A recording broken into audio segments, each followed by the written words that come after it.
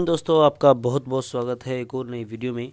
जैसे कि आप सभी को पता है, हम कवर कर रहे हैं BHIC 133 यानी भारत के इतिहास को।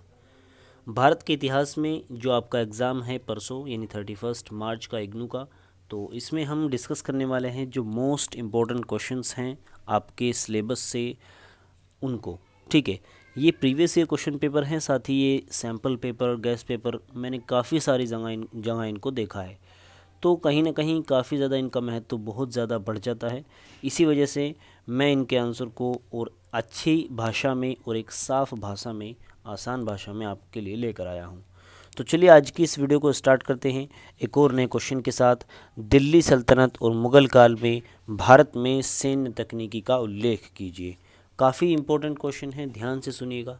साथ ही अगर आपको PDF चाहिए तो वीडियो में बने रहिएगा, आगे आपको बता दिया जाएगा कि कहाँ से आपको इस PDF को डाउनलोड कर लेना है।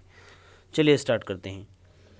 यहाँ पर मुग़ल काल यानी दिल्ली सल्तनत और मुग़ल काल में भारत में सैन्य तकनीकी किस प्रकार की थी, किस तरीके के जो अधिकारी थे, क्या व्यवस्था थी, सभी चीज़ों के बारे में डिस्कस करेंगे। तो शायद हो सकता है ये वीडियो थोड़ी सी लंबी हो जाए, लगभग 15 मिनट तक ये पहुँच सकती है। तो चलिए स्टार्ट कर लेते हैं। मुग़ल सेना विभिन्न प्रजातियों की एक मिश्रित सेना थी, जिसमें ईरानी, तुरानी, अफ़गान, भारतीय मुसलमान व मराठों सभी को भर्ती किया गया था। मुग़ल सेना का गठन दशमलव प्रणाली पर आधारित था। मुग़ल सैन्य मुग़ल सैन्य दल था जो उसको 4 श्रेणियों में विभाजित किया गया था। अधीनस्थ राजाओं की सेनाएं, मनसबदारों की सैन्य टुकड़ी और अहदी सैनिक। ये सैनिक एक तरह से बादशाह के सैनिक होते थे। इनकी भर्ती, वेतन, वस्त्र व घोड़े सब राज्य की तरफ से मिलते थे। इन्हें एक अलग अमीर या बख्शी के अधीन रखा जाता था। इन सैनिकों को बादशाह कभी कभी मनसबदार की सेवा में भी नियुक्त कर सकते थे। एक अहदी घुड़सवार को 500 रुपये वेतन दिया जाता था, जबकि एक साधारण घुड़सवार को 12 रुपये से 15 रुपये तक का वेतन दिया जाता था। दाखिली सैनिक, जिसे पूरक सैनिक भी कहते थे, इन सैनिकों की भर्ती बादशाह की तरफ से की जाती थी, किंतु इनको मनसबदारों की कमान अथवा सेवा में रख दिया जाता था। इन्हें वेतन राज्य की ओर से प्राप्त होता था। मुग़लों की विशाल सेना निम्नलिखित भागों में विभाजित थी। जैसे पैदल सेना, यह मुग़ल सेना की सबसे बड़ी शाखा थी। मुग़लों की पैदल सेना में 2 प्रकार के सैनिक होते थे पैदल। एक तो एहशाम सैनिक, इनमें बंदूकची, शमशीरबाज, तलवारबाज आदि जो तीर कमान, भाले, तलवार और कटार आदि हथियारों से लैस होते थे, हथियार लेकर चलते थे, इनका प्रयोग करते थे। साथ ही सेहबंदी सैनिक जो बेकार, एक तरीके से बेराजगार होते थे, यानी जो लोग बेरोजगार लोगों में से लिए जाते थे। साथ ही इनका काम क्या था, जो मालगुजारी या वसूली वगैरह में मदद करते थे। ठीक है। अश्वारोही सैनिक, यानी जो घुड़सवार या घोड़ों पर चलते थे। यह सेना मुग़ल सेना का प्राण मानी जाती थी। इसमें 2 प्रकार के घुड़सवार होते थे। बरगीर, इन सैनिकों को सारा साज सामान राज्य की ओर से दिया जाता था। सिलेदार, इन्हें सारा सामान अपनी तरफ से बंदोबस्त करना पड़ता था, सभी सामान का, जैसे घोड़ा, शस्त्र अस्त्र, सभी चीज़ों का। इन्हें केवल युद्ध के अवसर पर ही नियुक्त किया जाता था और इनका वेतन बरगीर से ज़्यादा होता था। इन दोनों के अलावा भी कुछ अन्य घुड़सवार होते थे, जैसे दुअस्पा वह घुड़सवार जिसके पास 2 घोड़े होते थे। सिंह अस्पा, जिसके पास 3 घोड़े होते थे।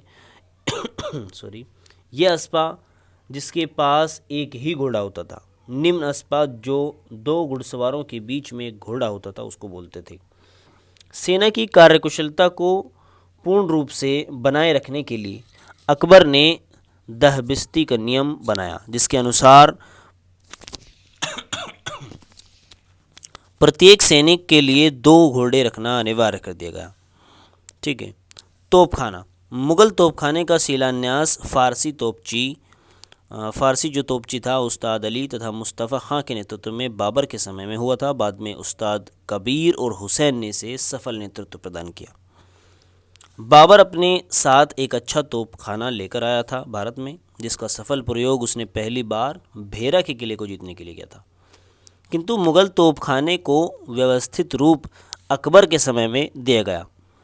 अकबर ने अनेक छोटी छोटी वियोज्य तोड़ने वाली तोपों का निर्माण करवाया, जिसे हाथी व घोड़े पर लादकर एक जगह से दूसरी जगह ले जाया जा सकता था आसानी से। नौसेना। मुगल काल में नौसेना का कोई सुव्यवस्थित संगठन नहीं था, क्योंकि मुगल साम्राज्य पूरी तरीके से मूलतः स्थलीय था। 1572 में गुजरात विजय तथा बंगाल अभियान के दौरान अकबर ने पहली बार नौसेना का जो है ज़रूरत समझी, नौसेना की उसे आवश्यकता का अनुभव हुआ। फलस्वरूप अकबर ने एक विभाग स्थापित किया जिसे नवाड़ा कहा जाता था। इसका प्रमुख अधिकारी मीरे बहर होता था। ठीक है। मनसबदारी व्यवस्था, ये काफ़ी इंपॉर्टेंट है, इसको थोड़ा ध्यान से सुनिएगा।